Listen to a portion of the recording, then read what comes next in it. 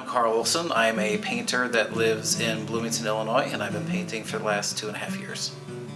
My name is Cindy Lawson Flynn, and the piece I have in the show is one of the bigger pieces I've ever done, and it's actually also acrylic, which I seldom do. I usually do oils.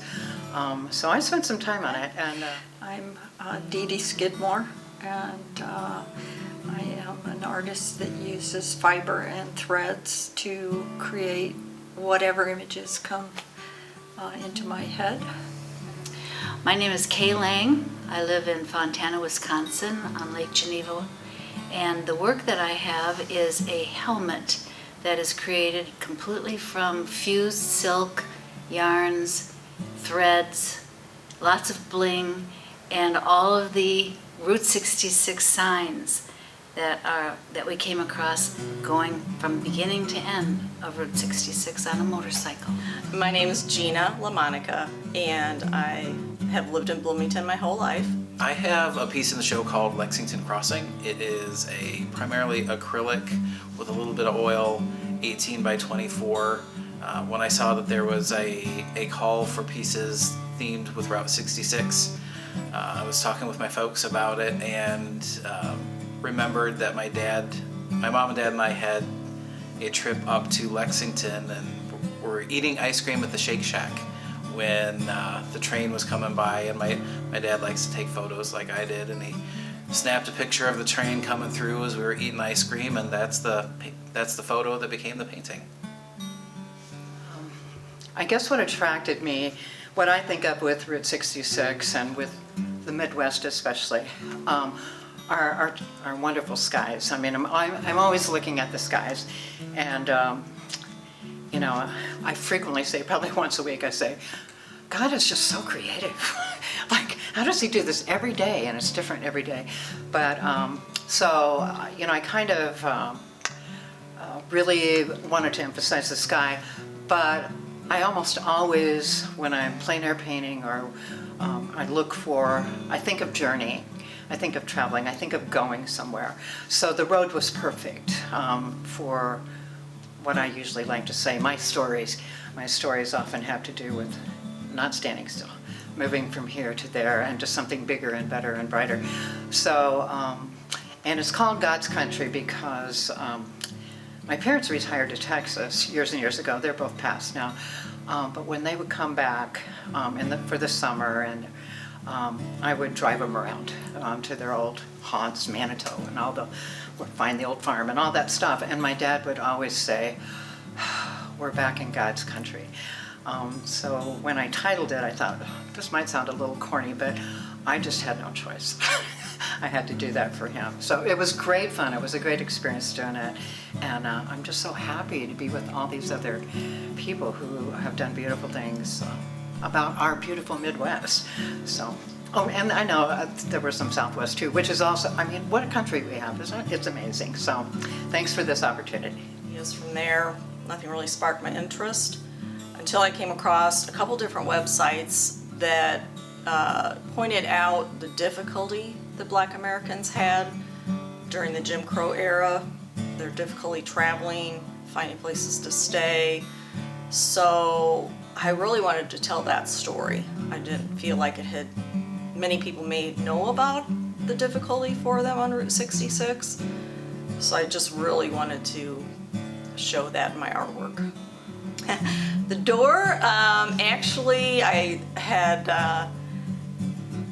come across Tom Kirk on Facebook, and I thought, well, maybe he has something that, you know, I could use. I knew I wanted to do an old car door that was rusty that would go along with the theme of the art, and he actually had a friend that dropped one off, and he gave it to me. I was so lucky. No, I just really had a good time once I got on this idea. I was just excited to share it with others. I find I really like constructing with fabric and threads and sometimes other kinds of objects as well. I started learning how to quilt in the 1970s, mid-1970s, made a lot of quilts, but you know, there's only so many beds that you can really cover. And about 15 years ago, I started using the fabric in a different way to let the fabric work for me and look for colors already in the designs that I could cut out and use to create the vision that I have at that moment. I was really excited when I heard that we were going to have this show here. And living in this area for 50 years, at first I thought, you know, I see all these places, signs of Route 66, and I've lived with that.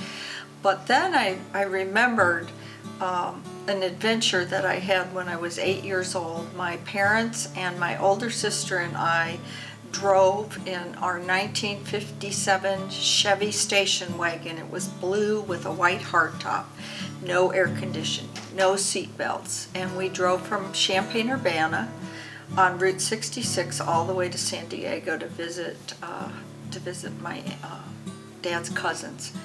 And the images of those long expanses of highway going west just really stuck in my head. And the piece that I made, Travel My Way, is not an exact, it's just something out of my mind. It's not an exact piece of the Route 66 highway, but to me, you're there in that moment. I really wanted to put myself and the viewer in the driver's seat, so to speak, on Route 66.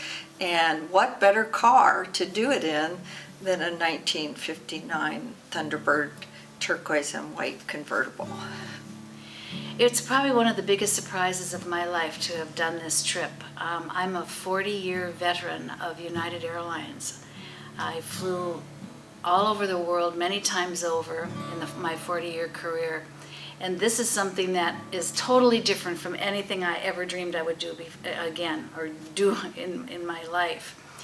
The American Motorcycle Association put together a trip on Route 66 in 2004, and 25 motorcycles started in Chicago in front of the Art Institute, and we rode every bit of the old road that was rideable all the way to Santa Monica, Los Angeles, California. I loved all of the differences. Every state had a unique experience, some more than others. In fact, I would say that we would go from being beautifully bored with the beautiful terrain in Missouri to the flatlands of Oklahoma, and to the wonderful welcome that everybody gives the Route 66 people in Arizona. The heat of the desert was incredible. The winds were unbelievable. Sometimes we were leaning way over just to stay into the winds, and how much I loved it. It was just really something to be able to experience that. Well, I'm a fiber artist, and I'm a seamstress and a weaver, and I belong to a group called Women's Journeys in Fibers, and we do process pieces every year. We disbanded recently, but we were together for about 20 years. This particular one was hats, and so I decided, I'm a big hat wearer, and I decided that I was going to take my most special hat and create it out of fiber. And so I bought a child's motorcycle helmet, and I used it as my template. And I then covered it with fused silk. It's much like doing felting. And there's a medium that you have to use with it. And I made the silk out of bright colors, pinks and oranges and yellows for the inside, which you don't really see on this project very much, and then the smoky side on the outside. I also used yarns in hot pink to decorate the outside, and then I also did the shields from each state that said Route 66 on it, on fabric, and glued them to it. So it's a very blingy, fun, whimsical helmet, and to my surprise, I don't think of myself as a whimsical person, but this is pretty whimsical, and I really enjoyed doing it.